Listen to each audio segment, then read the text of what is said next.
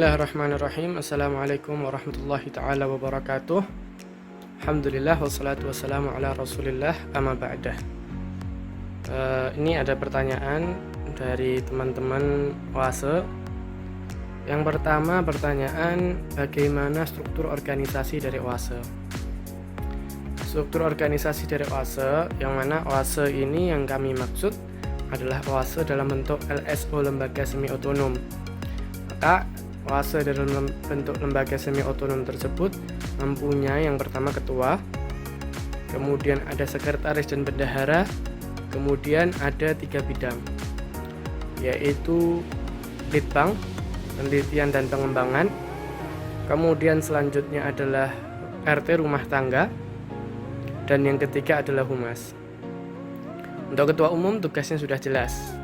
Ini juga lanjutkan pertanyaan kedua, bagaimana tugas masing-masing pengurus di OASE. Yang pertama, ketua umum sudah jelas. Sebagai ketua, ya tugasnya adalah mengomandoi jalannya kepengurusan selama 1 periode kepengurusan. Kemudian sekretaris dan bendahara pun juga kurang lebih sama, sebagaimana kepengurusan-kepengurusan yang lain di luar teater OASE.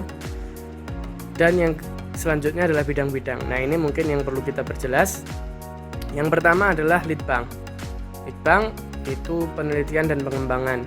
Di dalamnya ada ketua bidang, sekretaris bidang, dan staf-staf. Nah, tugas dari litbang ini adalah diantaranya adalah naskah. Jadi tugasnya untuk mencari-cari naskah, kemudian mengkoleksi naskah, menginventaris naskah-naskah.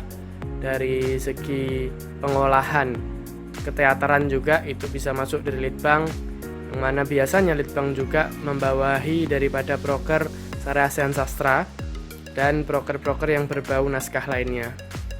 Itu tugas dari litbang. Jadi yang berbau keteateran itu biasanya dinaungi oleh litbang. Kemudian selanjutnya adalah RT rumah tangga. Rumah tangga itu lebih kepada inventarisasi. Jadi rumah tangga ini lebih kepada inventarisasi, mencatat barang-barang yang dimiliki oleh teater OASE, kemudian peminjaman-peminjaman itu nanti diurus oleh pihak lain, bidang lain. Tapi RT ini, rumah tangga ini mencatat inventarisasi barang masuk, barang keluar, kemudian barang apa saja yang dimiliki, gimana kondisi barang dan lain sebagainya. Itu tugas daripada RT rumah tangga. Yang ketiga adalah humas. Humas ini tugasnya untuk menjalin silaturahmi antar teater. Humas juga bertugas untuk mencari informasi terkait lomba-lomba, kemudian pentas-pentas dan lain sebagainya. Ini adalah tugas humas. Jadi tugas humas itu lebih ke eksternal pengurusan. Jadi lebih kepada keluar daripada teater OASE itu sendiri. Kemudian selanjutnya, bagaimana sistem koordinasi dari masing-masing bidang. Koordinasinya kurang lebih sama seperti kepengurusan yang lain. Ketua umum itu mengkoordinir bawahan-bawahannya di antara 3 bidang tersebut, dan juga kepala bidang, ketua bidang mengkoordinir staf-stafnya untuk memastikan tugas-tugas dan proker-proker itu dapat terlaksana dengan baik. Untuk sistem koordinasi kurang lebih itu sebagaimana mestinya. Jadi dikembalikan kepada tiap-tiap pengurus atau kepengurusan. Nah, selain daripada itu, biasanya di dalam teater OASE itu ada yang namanya pentas besar. Nah, pentas besar ini adalah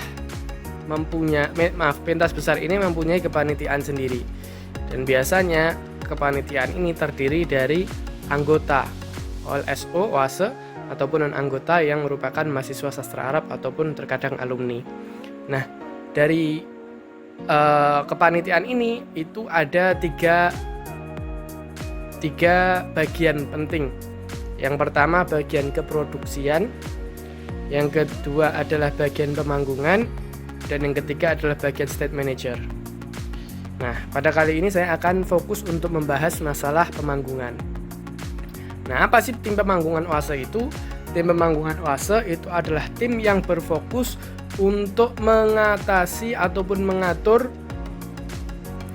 poin-poin ataupun hal-hal yang berkaitan dengan pemanggungan apa yang akan dipentaskan pada hari H pementasan nantinya.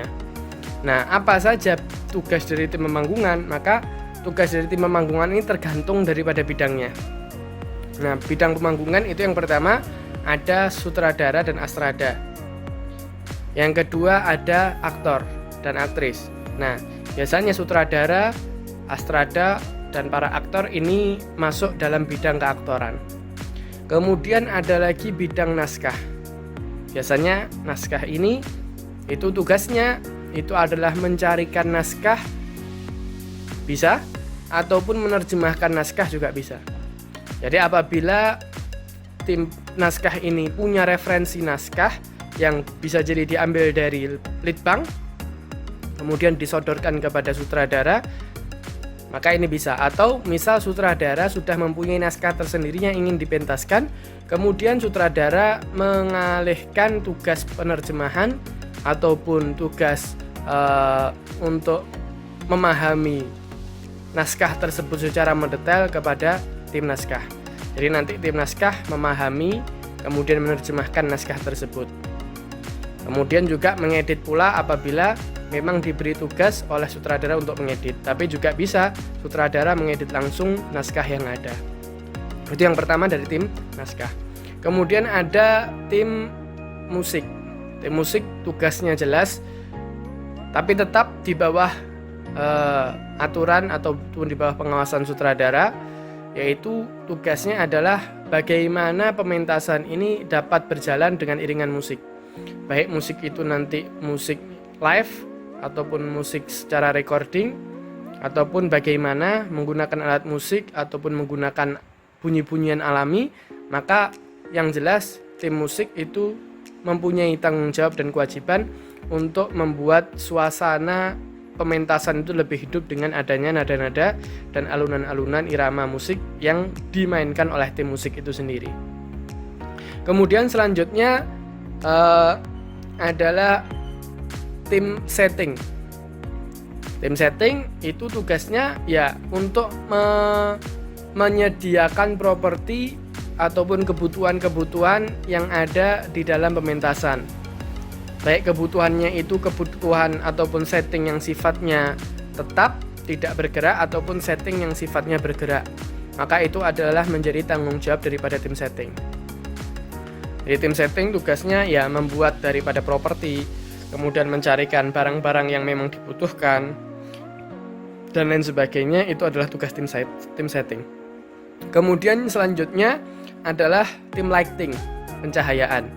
Maka tim lighting tugasnya selain daripada menemani latihan para pemain, para tim pemanggungan ketika latihan, juga fungsi utamanya adalah mengatur lighting, pencahayaan ketika pementasan sehingga pementasan bisa sebagus mungkin. Maka itu adalah fungsi dan tugas daripada masing-masing tim pemanggungan. Jadi sekali lagi ada aktor, yang kemudian ada juga tim musik, kemudian ada tim setting, kemudian ada tim naskah, dan ada tim lighting. Yang mana kesemuanya ini dikepalai oleh sutradara dan astrada. Jadi sutradara dan astrada membawahi masing-masing bidang yang ada di tim pemanggungan daripada tim naskah, aktor, kemudian musik, setting, dan lighting. Kemudian bagaimana cara pemilihan ketua, kepala bidang, dan anggota pemanggungan? Ini lebih ke teknis ya. Jadi tidak ada patokan ataupun tidak ada standar bagaimana menentukan ketua pemanggungan. Ketua pemanggungan di sini berarti bermakna sutradara ya. Jadi ketua pemanggungan bermakna sutradara, tidak ada spesifikasi ataupun standar khusus. Sekiranya dirasa orang tersebut mampu untuk menjadi sutradara dan kepala pemanggungan ataupun kepala bidang, kepala naskah, setting, musik, dan lain sebagainya, maka sah-sah saja orang tersebut dijadikan pada posisi tersebut. Tapi yang perlu diingat, pengalaman dan kemampuan itu juga harus berbicara. Kemampuan di sini bukan berarti harus paling jago, tidak. setidaknya paham dan mengerti. Seperti contoh, misal tim musik, kepala musiknya tidak harus yang paling pandai. Bisa jadi kepala musik dia tidak mahir memainkan alat musik, tetapi dia mampu untuk menciptakan aransemen-aransemen, memahami bagaimana musik suasana, dan bisa mengkoordinir teman-teman yang lain, maka bisa jadi orang tersebut cocok untuk menjadi kepala musik. Begitu juga dengan kita kiaskan atau kita analogikan kepada bidang-bidang yang lain. Jadi kemampuan secara sesuai dengan bidang tersebut tidak harus yang paling bagus, akan tetapi mampu dan sesuai dengan kualifikasi yang sudah kita jelaskan tadi. Kemudian untuk pemilihan aktor atau pemain, adakah cara atau peraturan khusus untuk memilih para pemain? Misalnya pemain harus dari angkatan atas atau malah angkatan baru yang masuk dan lain sebagainya. Sebagaimana tidak ada standar dan spesifikasi khusus atau aturan khusus, maka pemain pun atau aktor itu juga bebas. Jadi aktor itu silahkan sutradaranya nanti itu yang mengatur. Oh, kebutuhan aktor itu seperti apa berdasarkan naskah.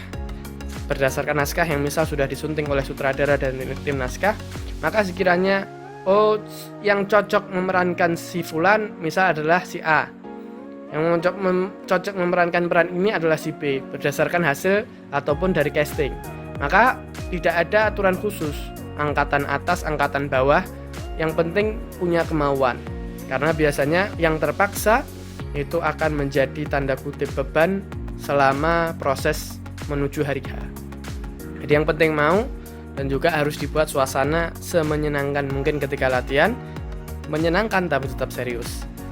Kemudian pertanyaan selanjutnya, dari pengalaman bagaimana kinerja tim produksi saat itu, apakah sesuai harapan? Pertanyaan tentang tim produksi, jujur ketika saya menjadi sutradara di pementasan Bainal Asaden, saya puas dengan hasil saat itu, karena kepuasan walaupun targetnya apa yang saya inginkan, ekspektasi saya itu jauh lebih tinggi, tetapi melihat kinerja yang dilakukan itu saya sudah lebih puas dengan apa yang saya ekspektasikan. Jadi saya melihatnya dari proses yang dilakukan, bukan dari hasil yang dihasilkan. Jadi dari proses tersebut saya puas dan lebih ekspektasi saya dari proses yang dilakukan saat itu oleh teman-teman dari tim produksi. Dan hasilnya pun juga saya puas. Seperti itu. Kemudian apa saja kendala yang dihadapi dari tim pemanggungan saat itu? Kendalanya banyak. Dari mulai bagaimana saat itu kendala pada saat pementasan Bainal Asaden itu adalah minimnya tim musik. Jadi kita tidak mempunyai pemain-pemain musik yang handal, terbatas saat itu. Jadi lebih banyak kepada musik yang bersifat rekaman seperti itu. Kita mengandalkan musik-musik yang sifatnya rekaman, bukan musik live, sehingga suasana saat itu kurang bisa maksimal yang dibawakan lewat musik tersebut.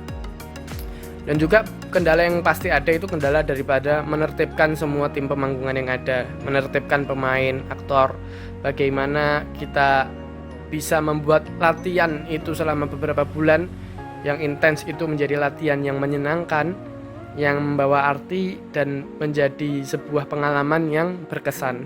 Jadi itu harus diusahakan, dan itu menurut saya menjadi sebuah challenge. Jadi menjadi sebuah tantangan tersendiri untuk kita taklukkan. Dan ada kendala-kendala yang lain sebenarnya, tapi kurang lebih kendalanya lebih kepada bagaimana mengkoordinasi atau mengkoordinir orang-orang yang ada di dalam tim pemanggungan itu. Dan terakhir, apa kunci sukses pemanggungan dari saya ketika pementasan Bainal Asaden sehingga dapat berjalan lancar dan sukses?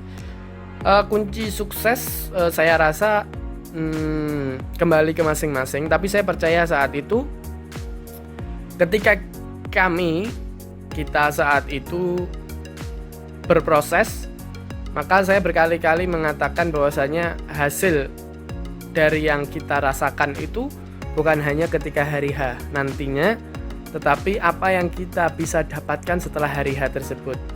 Dan proses tersebut menurut saya lebih penting dari hasilnya. Jadi kunci sukses bagi saya ya menyadarkan teman-teman bahwasanya pentas ini itu bukan cuma sampai hari H, tetapi proses inilah yang akan merubah kita ke depannya nanti. Dan kedisiplinan serta kejujuran dan kesabaran juga menjadi bekal tambahan untuk menjadikan pentas kemarin menurut sebagian orang itu sukses. Mungkin ini saja sharing dari saya. Kurang lebihnya saya mohon maaf, dan ala kadarnya ini karena keterbatasan media, waktu dan tempat, maka videonya ala kadarnya. Tapi semoga bermanfaat. Wabillahi taufiq wal hidayah. Wassalamualaikum warahmatullahi taala wabarakatuh.